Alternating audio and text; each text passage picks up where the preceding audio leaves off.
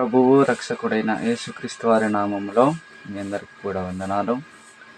ఈరోజు దేవుని వాక్యం మత్తయి సువార్త 13వ అధ్యాయము 3 నుండి 23 వచనాల వరకు.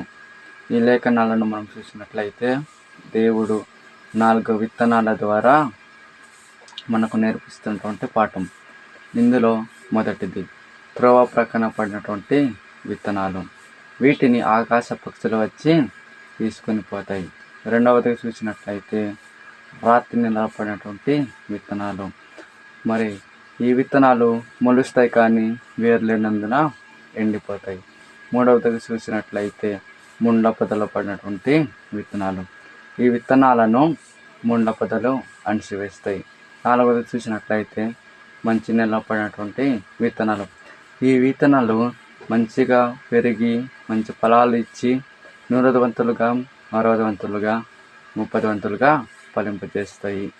ఈ విత్తనాల ద్వారా మనం నేర్చుకుంటున్న పాఠం.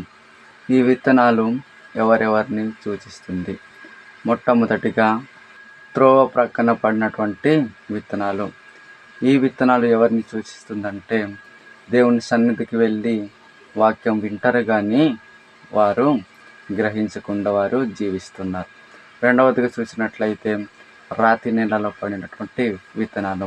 ఇది ఎవరిని సూచిస్తుందంటే వాక్యము వినిన వెంటనే వారు హృదయంలో ఆనందిస్తారు. కానీ కొన్ని దినాలు గడిచిన తర్వాత, కొన్ని సంవత్సరాలు గడిచిన తర్వాత వారిలో శోధన, హింసలు, శ్రమలు వచ్చినప్పుడు వారు దేవుని నుండి దూరం అయిపోతారు. మూడవది చూసినట్లయితే ముండ్ల పొదలో పడినటువంటి విత్తనాలు. ఇది ఎటువంటి వారిని చూపిస్తుందంటే వాక్యము వింటారు కానీ ఈ లోకంలో ఉన్న వాటి కొరకు చింత, ధనం కొరకు మరి బాధపడుతూ జీవిస్తూ ఉంటారు. ఇది మూడవదిగా. నాలుగవదికి చూసినట్లయితే మంచి నెలలో పడినటువంటి విత్తనాలు. ఈ విత్తనాలు ఎవరిని సూచిస్తుందంటే వీరు దేవుని సన్నిధికి వెళ్ళి వాక్యము విని వాటిని గ్రహించి వాక్యానుసారమైనటువంటి జీవితం కలిగి జీవిస్తారు. వారు ఫలించి 100 వంతులుగా 60 వంతులుగా 30 వంతులుగా ఫలింపజేస్తారు. కాబట్టి మనము ఈ విత్తనాల ద్వారా మనం నేర్చుకుంటున్న పాఠము ఏంటంటే మనం కూడా మంచి నిలబడినటువంటి విత్తనాల వలె మనం కూడా జీవించి ఫలించి అభివృద్ధి పొందాలి.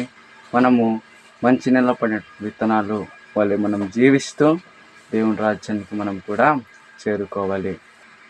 మనం కూడా త్రోవ ప్రక్కన పడినటువంటి విత్తనాల వలె, రాత్రి నెలలో పడినటువంటి విత్తనాల వలె, ముండ్ల పొదలో పడినటువంటి విత్తనాల వలె మనం కూడా జీవిస్తూ ఉన్నామేమో దేవుడు ఈరోజు మనతోనే మాట్లాడుతున్నాడు.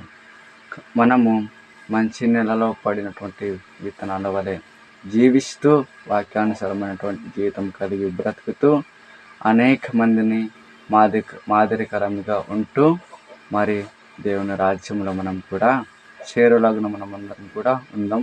God bless you. మీ అందరికి కూడా వందనాలు.